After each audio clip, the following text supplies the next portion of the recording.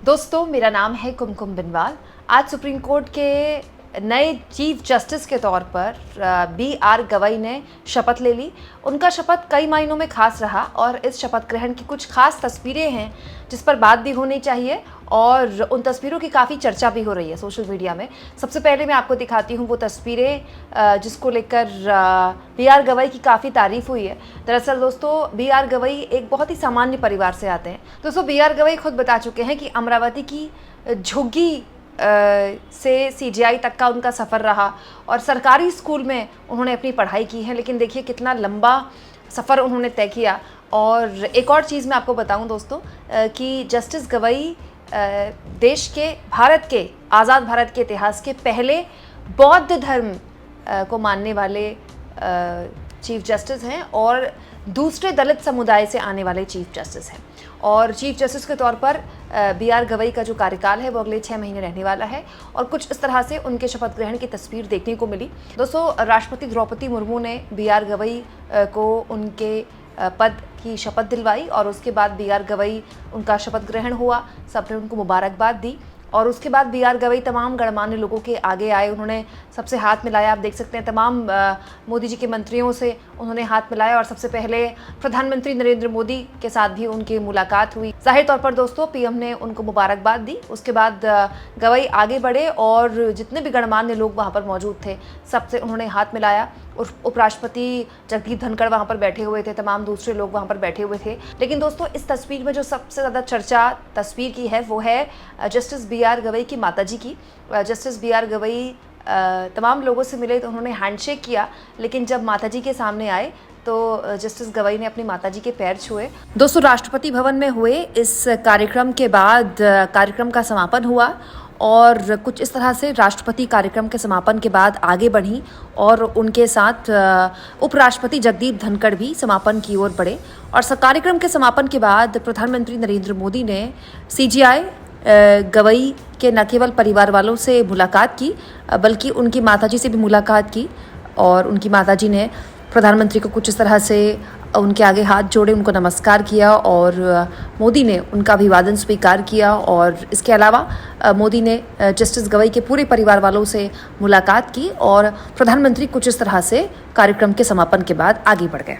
और जाहिर तौर पर एक माँ के लिए बहुत ही गौरव भरा लम्हा होता है ये। और माँ ने अपने बेटे को आशीर्वाद दिया और फिर गवई अपने परिवार वालों से मिले और कुछ इस तरह से उन सब हर किसी ने उनके शपथ ग्रहण के बाद उनका अभिनंदन किया और उसके बाद ये कार्यक्रम आगे बढ़ा। इसमें बहुत सी तस्वीरें नोटिस में आई दोस्तों। राहुल गांधी की मौजूदगी भी इस कार्यक्रम में थी। लोकसभा के नेता प्रतिपक्ष राहुल गांधी राज्यसभा के नेता प्रतिपक्ष मल्लिकार्जुन खड़गे के साथ इस कार्यक्रम में पहुंचे और अमूमन देखा जाता है कि वाइट टी शर्ट पहनने वाले राहुल गांधी इस बार यहाँ कुर्ते में दिखाई दिए।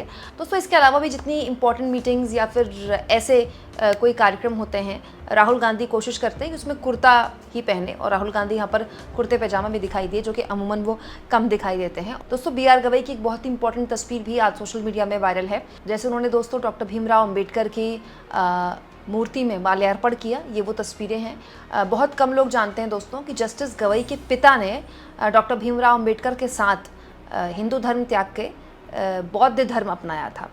ये बहुत कम लोग जानते हैं और इसीलिए वो खुद भी बौद्ध धर्म के अनुयायी हैं।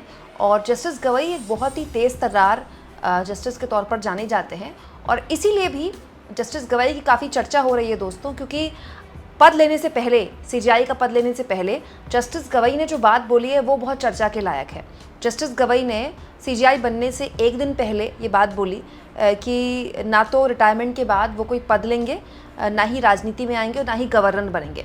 दोस्तों, अमूमन ऐसे कुछ उदाहरण हमारे देश में देखने को मिले हैं जब सीजीआई के पद से रिटायर होकर कुछ जजेस सांसद बन गए, कुछ ने दूसरे इंपॉर्टेंट पद लिए। लेकिन जस्टिस गवई का ये कहना अपने आप में बहुत इंपॉर्टेंट है और जस्टिस गवई ने साफ तौर पर कहा कि ना तो उनको राजनीति में कोई इंटरेस्ट है। हालांकि उन्होंने कहा कि उनके जो पारिवारिक पृष्ठभूमि है वो राजनीति की रही है, लेकिन वो राजनीति में नहीं आएंगे।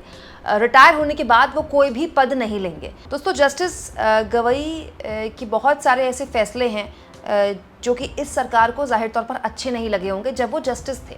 सीजीआई नहीं थे। दोस्तों सुप्रीम कोर्ट के सीजीआई के तौर पर जस्टिस गवाई का कार्यकाल बहुत छोटा रहने वाला है। 24 नवंबर 2025 तक ही केवल उनका कार्यकाल है। लेकिन दोस्तों कुछ ऐसे फैसले लिए हैं जस्टिस गवाई ने जस्टिस रहते हुए, बिना सीजीआई बने, जो जाहिर तौर पर इस सरकार के लिए मुश्किल भी बने लेकिन इस सरकार के लिए कुछ राहत भी लेकर आए।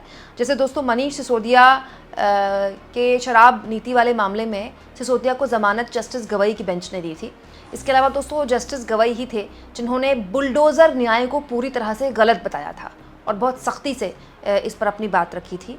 दोस्तों इसके अलावा जस्टिस गवाई ने SC/ST आरक्षण के सब कैटेगराइजेशन यानी कि कोटे में कोटा वाला जो मामला था उसका रास्ता भी साफ किया था। दोस्तों इसके अलावा आपको याद होगा इससे पूर्व में जब सीजीआई रह चुके थे चंद्रचूड़, DY चंद्रचूड़, तो उनकी एक बेंच ने इलेक्टोरल बॉन्ड को असंवैधानिक करार दिया था, याद होगा आपको। जस्टिस गवाई भी उस बेंच का हिस्सा थे।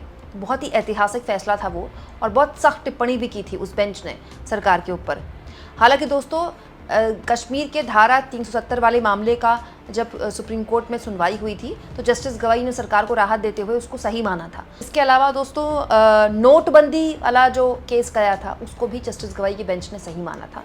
तो अब जस्टिस गवाई पर नज़र देश भर की कई और मामलों को लेकर है। कार्यकाल भले ही उनका छोटा रहा हो लेकिन क्या कोई क्रांतिकारी बदलाव सुप्रीम कोर्ट में सीजीआई रहते हुए वो देंगे, इस पर सबकी निगाहें हैं। और सुप्रीम कोर्ट के सीजीआई जो भी रहें दोस्तों, इसको लेकर कहा जाता है कि हर सीजीआई की कोशिश होती है कि वो अपना कोई ना कोई योगदान दे।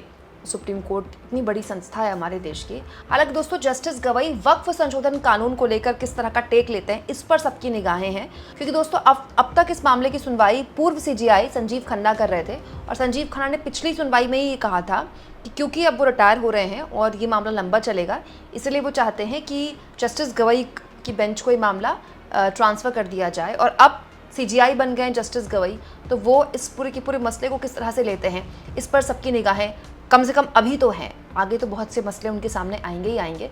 यहाँ मैं आपको एक और बात बता दूँ दोस्तों कि जस्टिस गवाई से पहले जस्टिस खन्ना ने केवल 2 सुनवाइयों में, मात्र 2 सुनवाइयों में वक्फ संशोधन कानून को लेकर जो टेक लिया वो अच्छा नहीं लगा था लोगों को। कई बीजेपी के लोगों ने बहुत आपत्तिजनक टिप्पणियां कर दी थी सुप्रीम कोर्ट पर और खुद सीजीआई पर, जिसको कटाक्ष के तौर पर अपने 2-3 मामलों में सुनवाई के दौरान जस्टिस गवाई ने उसको नोटिस पे भी लिया था। कोई नाम नहीं लिया उन्होंने, लेकिन एक तरह से कटाक्ष का जवाब दिया था उन्होंने जस्टिस गवाई ने। लेकिन अब जस्टिस गवाई के बेंच के सामने ही ये मामला है, तो जाहिर तौर पर देखना दिलचस्प होगा कि इस मामले को किस तरह से लेते हैं जस्टिस गवाई। खैर दोस्तों ये पॉजिटिव दिन है जस्टिस गवाई के लिए। हम तो ये उम्मीद करते हैं कि सीजीआई के तौर पर जस्टिस गवाई का ये कार्यकाल भले ही छोटा हो लेकिन देश की न्यायिक व्यवस्था और न्यायालयों के लिए ये क्रांतिकारी साबित हो। आप इस मुद्दे पर क्या सोचते हैं दोस्तों, कमेंट बॉक्स में ज़रूर लिखें और जितना हो सके चैनल को शेयर करें, सब्सक्राइब करें और थैंक्स और ज्वाइन। दोस्तों ये 2 ऑप्शन है जिसके ज़रिए आर्थिक तौर पर भी आप चैनल के हाथ मजबूत कर सकते हैं।